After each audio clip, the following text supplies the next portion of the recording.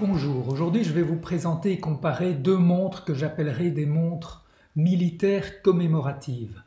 Deux montres choisies par les forces spéciales américaines et anglaises. Du côté US, il s'agit des Navy Seals qui ont choisi Jaeger-LeCoultre.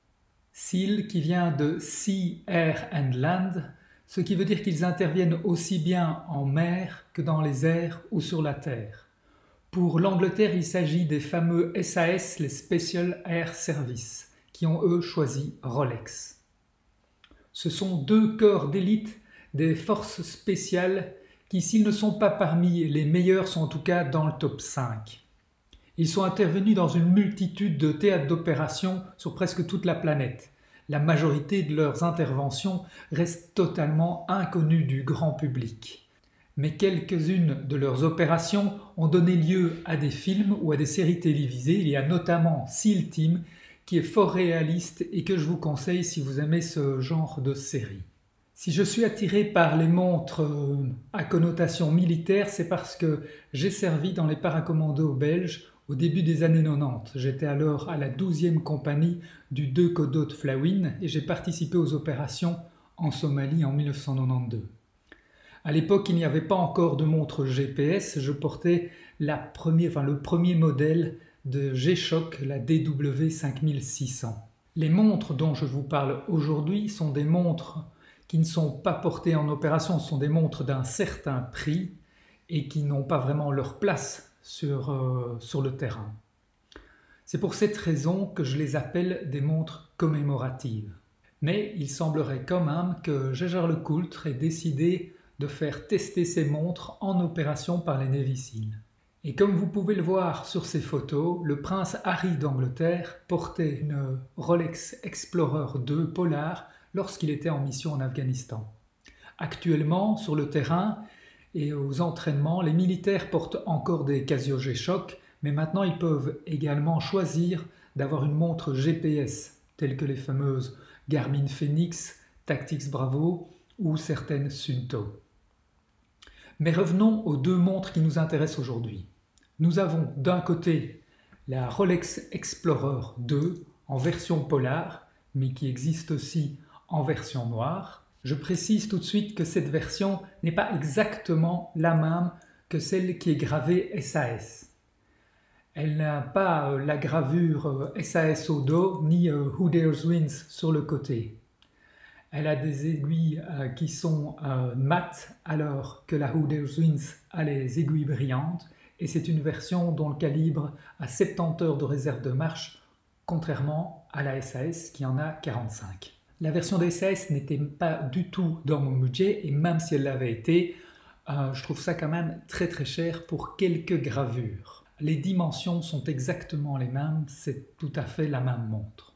La Rolex Explorer 2 version polar, cadran blanc, mais qui existe également en cadran noir, fait ici donc 42 mm pour 13 mm d'épaisseur et est en acier 904L. Elle est étanche à 10 ATM avec couronne vissée comme toutes les Oyster dont elle fait partie. Il s'agit d'un calibre 32-85 qui est également utilisé dans la GMT Master 2. Elle a 70 heures de réserve de marche pour les derniers modèles, mais 48 pour la version des SAS, qui date d'avant 2021.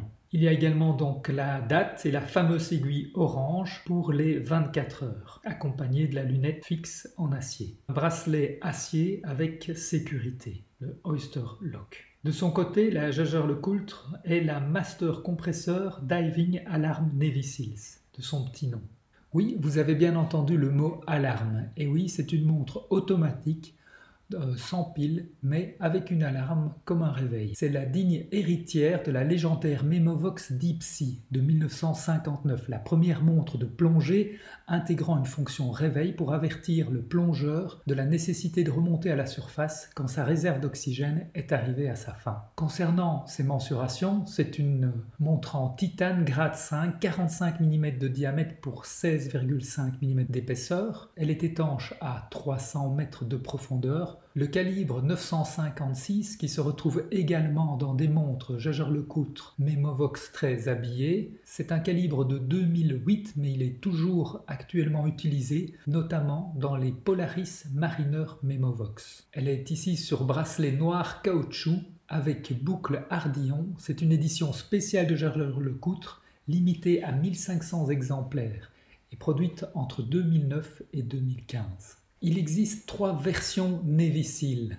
Une version automatique simple avec juste la date et une seule couronne, une version chronographe qui est soit en titane soit en or rose et cette version avec alarme. Si la Rolex Explorer 2 est imposante à côté d'une Explorer 369 de 36 mm, à côté de la Master Compressor Navy Seal, elle paraît un peu enfant de cœur. Mais grâce au titane, la Master Compressor est presque 20% plus légère. Avec la Navy Seal, ça ne rigole pas. Avec ses 2 couronnes compressor, un brevet de Jaeger-LeCoultre qui permet une étanchéité parfaite en tournant la sécurité d'un demi-tour, ça compresse un joint qui permet une étanchéité parfaite. Quand les couronnes sont sécurisées, on voit apparaître une flèche blanche et quand elles sont ouvertes, déverrouillées pour pouvoir la régler, on voit une flèche rouge. Ces 2 grandes marques horlogères respectent chacune leurs principes et leur philosophie. Chez Rolex, l'Explorer 2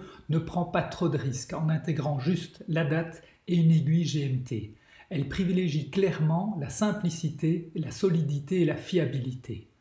Comme à son habitude, Jaeger-LeCoultre va plus dans les détails de finition. Chanfrein poli miroir alors que le reste du boîtier est en titane brossé. En plus de la date, là une complication beaucoup plus élaborée, l'alarme. À l'utilisation, l'Explorer 2 est utile si vous voyagez dans d'autres fuseaux horaires. La Jaeger Navy Seals avec alarme peut être utilisée tous les jours, mais elle n'a pas la précision de l'alarme de votre smartphone. C'est à 5 ou 10 minutes près. Par contre, c'est une vraie curiosité. Le son qu'elle produit ressemble à une ancienne sonnerie d'école et les amateurs de montres qui n'ont pas encore entendu ou vu cette complication seront tout de suite intéressés par cette montre et par cette complication. Il existe bien sûr d'autres montres avec cette fonction réveil, comme par exemple la Vulcain Cricket qui est également très connue, ou la Tudor Advisor. Mais cette complication reste beaucoup plus rare et complexe qu'une GMT. En conclusion, ces 2 montres sont imposantes et demandent un poignet de minimum 17 cm et demi de diamètre. Elles sont toutes les 2 bien voyantes, mais la Jaeger Navy Seals est plus intrigante avec ses 2 couronnes